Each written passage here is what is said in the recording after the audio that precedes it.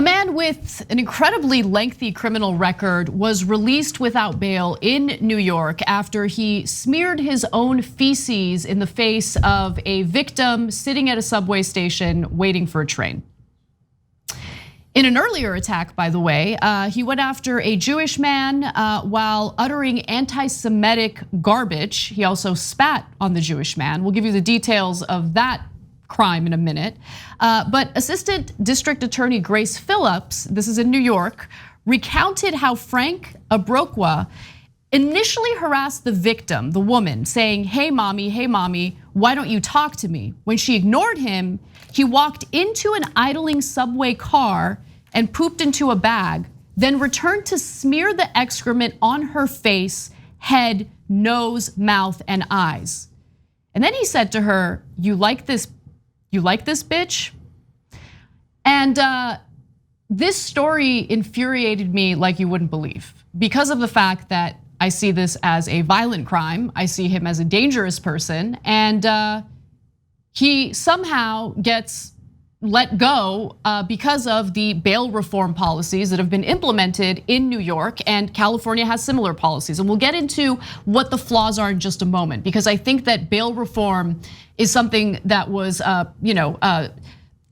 people who pursued that did so with the best of intentions. But the problem is how crimes are classified, why some crimes are misdemeanors while others are considered felonies. That's the real issue that at hand, and we'll talk about that in more detail in just a second. Before we do though, how do we know that he did this? Well, there's surveillance footage of it, and he also showed absolutely no remorse when he showed up in court. Without further ado, why don't we take a look at that surveillance footage, and then we'll talk about it. So there he is. You can see him clearly victimizing this woman as she's minding her business, waiting for a train. It's just absolutely disgusting.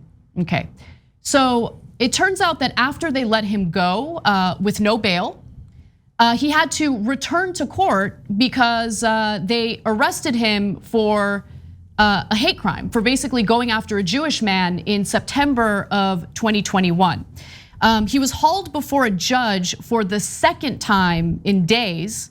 This time on charges, he spat on a Jewish man and chased him down a Brooklyn street screaming, "Come here, you effing Jew, I'm going to kill you," according to a criminal complaint.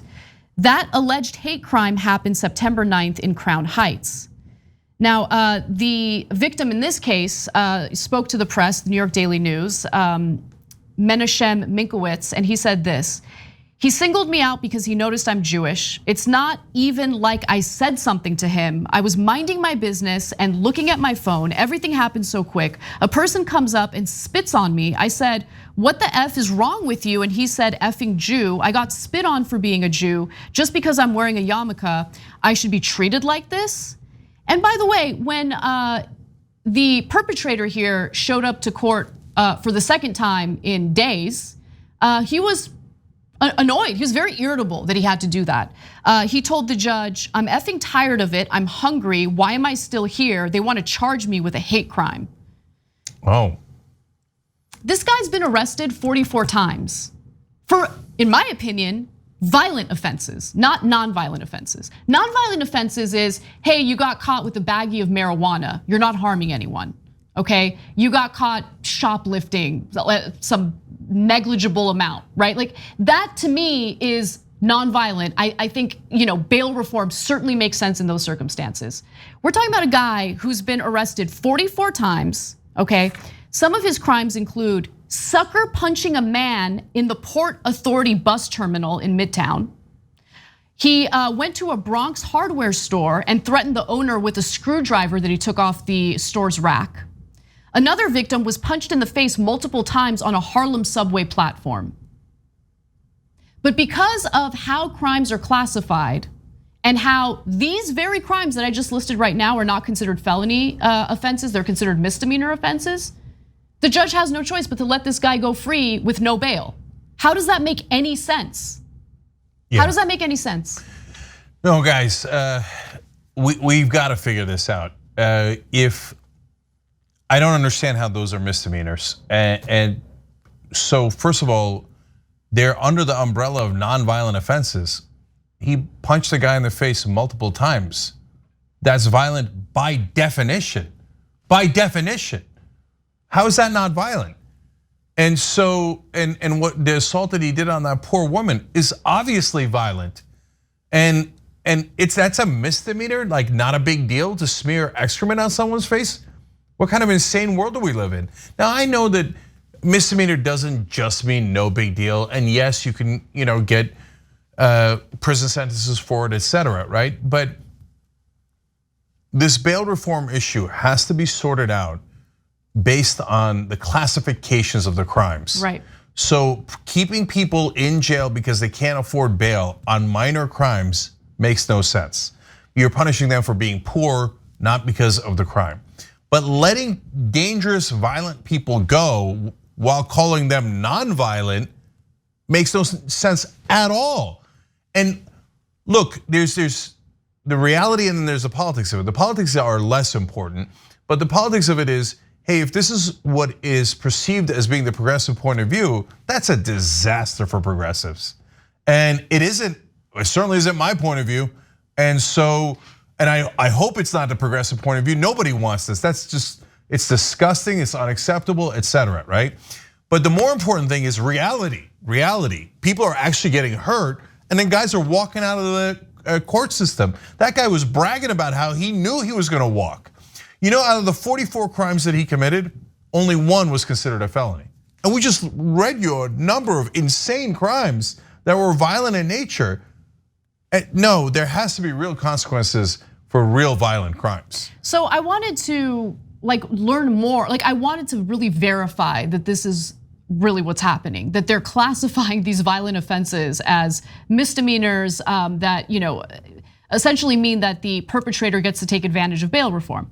And the New York Times even reported this. Under the new law, judges will no longer be able to set bail for a long list of misdemeanors and non-violent felonies, including, listen, look at this list: stalking, assault without serious injury, burglary, many drug offenses, which I'm fine with, and even some kinds of arson and robbery. Guys, the difference between a burglary and a robbery is that in a burglary, there is a weapon involved and there's a person in the house or a person in the store. Someone is being threatened with violence while this theft is happening, right?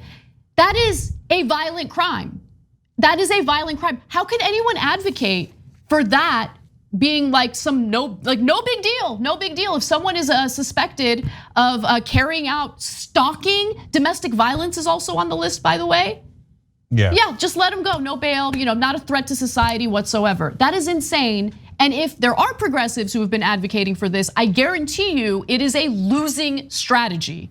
100% a losing strategy. And they are a minuscule percentage of progressives, let alone the country. I don't know, if they actually exist. If they do, maybe they're loud and small. But I don't know any normal human being who thinks, oh, a guy punches somebody in the face a bunch of times, he yells at a poor Jewish guy, spits on him, and then smears crap on some poor woman's face. No big deal, let him go. I don't know anybody who thinks that. That's insane. Okay, so. And I know he's theoretically supposed to come back to court, but in that hate crime he did against the Jewish guy in Crown Heights, they couldn't find him. They couldn't find him for months. They only found him after the excrement situation. They matched his clothes, the things that he had on him to that earlier crime. But otherwise, Mr. Minkowitz there was saying the cops were barely working on the case. I mean, they were pretty non-responsive. They weren't going to find him, and that's infuriating.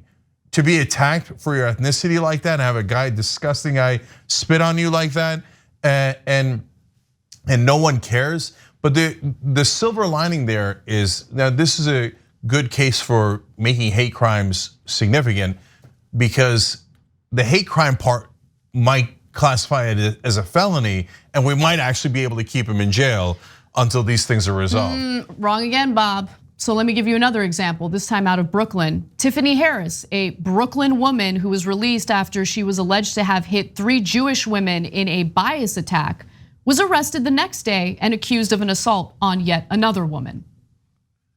Now, you can't release people who are committing violent crimes. So New York, California, wherever it is, they have to fix the laws so that it's for actual minor crimes that you don't get stuck in jail with it because you don't have bail, right? But for serious crimes, no, we need bail. We got to make sure they show up to court, and there's got to be real consequences. And by the way, we say this about right-wing attacks as well. A lot of times the right wings do outrageous attacks, enormous assaults, threats of killing people over and over again. There's barely any punishment. Right. They just walk. Well, if you do that, yeah, they're gonna threaten to kill people, and yes, they're gonna kill people eventually because they think there's no consequences. And we've said this 1,000 times, and it doesn't matter the left wing, right wing, or any political aspect of it, that we have to have rule of law in this country. And rule of law does not mean let's go kick random minorities' asses. Right. Right? What an absurd interpretation that unfortunately police and the justice system have been doing in this country for hundreds of years. Oh, there's a problem with crime? Let's pick a random black guy who didn't do it and kick his ass. What? No, don't do that. Find the actual people who did it and put them in jail.